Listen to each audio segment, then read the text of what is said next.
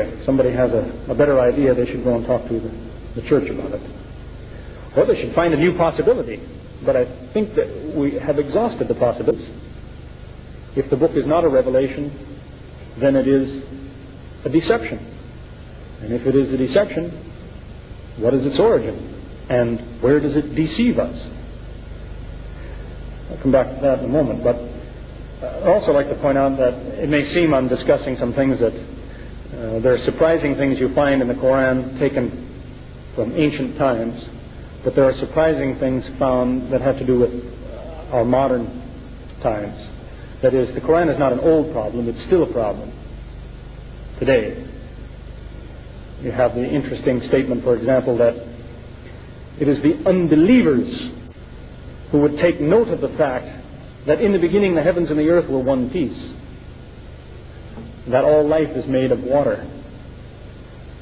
Well, that's what they awarded the 1973 Nobel Prize for. A couple of unbelievers talk about the origin of the universe, how it began from one piece, which they keep verifying till now. That life is made of water is probably wouldn't have been a very easy thing to convince people of 14 centuries ago. If you stood in the desert and somebody, you see this is made of water. Mostly it's water.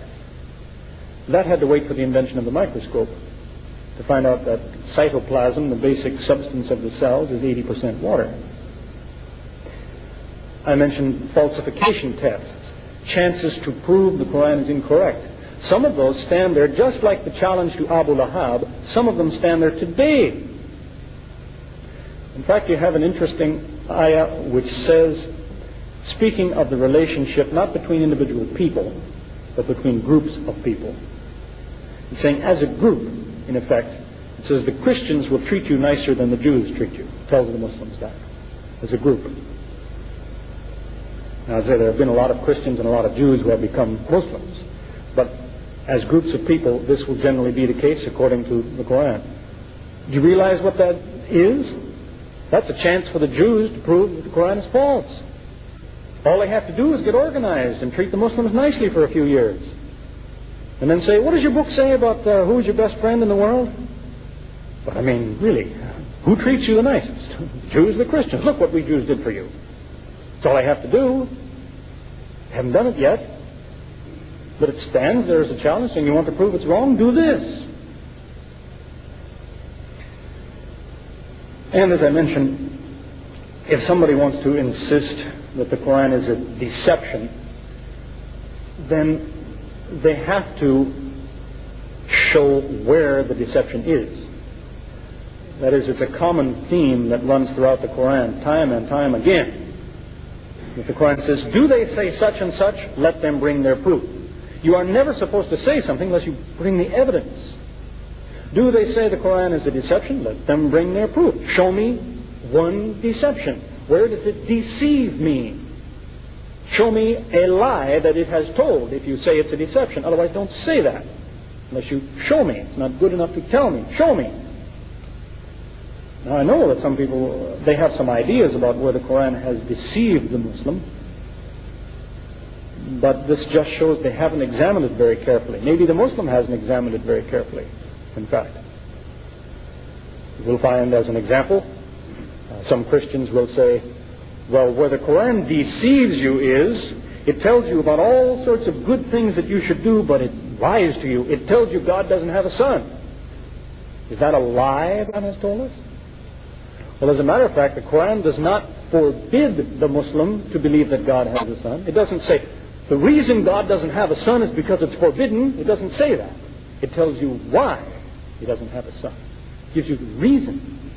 Because God doesn't have a son, because if when you say son you mean this, that can't be. You mean this when you say son, that can't be. You mean that, it exhausts all of the meanings of son to say each one of these can't be true of God for these reasons. So it doesn't forbid you from believing it. It tells you why. It doesn't lie to you. There's even an interesting verse that says the Muslim is supposed to repeat, if the son, I will be the first to worship him. So it's not telling you he doesn't. It's saying if he does, you should worship him. But in fact, he doesn't because of these reasons. So again, the deception is not an easy thing to find. stress that to people. If they want to say the book deceives, let them show the lie they're talking about, which is the false thing it says. And don't be misled onto this kind of thing. I had that talk in Minnesota, in the U.S. a few months ago, and a man got very upset with a lot of things I had said, and so he started writing to me when I got home. And he said he had a whole book full of mistakes in the Quran. And he wasn't going to show me any of those because he said, you showed me mistakes in what I believe, but it doesn't change my belief. I still believe.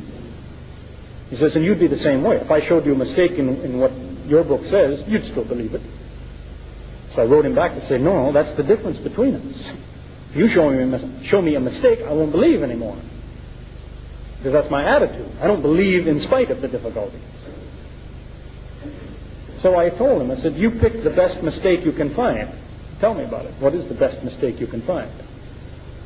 And what he wrote me was that the Quran says that Zechariah couldn't speak for 3 days, and the Bible says he couldn't speak for 9 months. Because there's your mistake. Well, it's not so much a mistake as it is a matter of his book says this and my book says that.